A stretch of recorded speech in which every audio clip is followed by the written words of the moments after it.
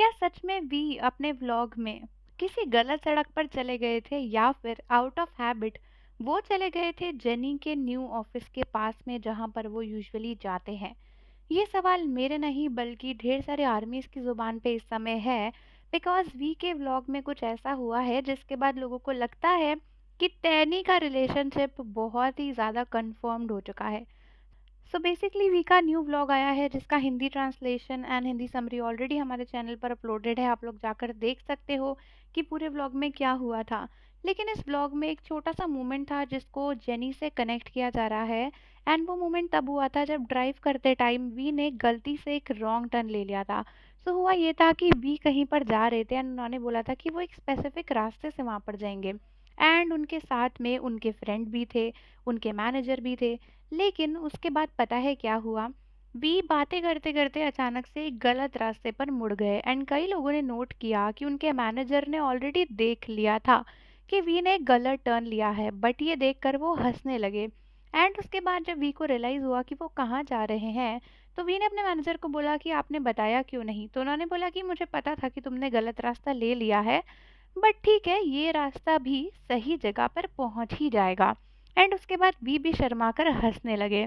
अब देखो, कई सारे लोगों का कहना है कि इसका कनेक्शन जेनी से है। अब आपको समझ में नहीं आ रहा होगा कि जेनी कहाँ से आई।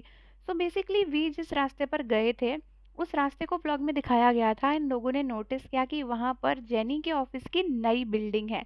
वी उसके जस्ट बगल से ही निकल रहे थे।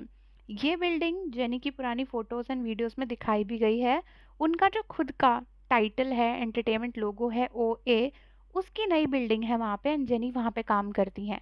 सो कई लोगों का कहना है कि आउट ऑफ हैबिट भी गलती से उस लोकेशन पर चले गए जो कि जेनी के ऑफिस की है। बिकॉज यूजुअली जेनी को मिलने के लिए या विजिट करने के लिए भी उसी रास्ते पर जाते होंगे। एंड वैसे भी उनके मैनेजर ने देख लिया था बट उन्हें टोका नहीं और वो शर्मा के हंसने लगे।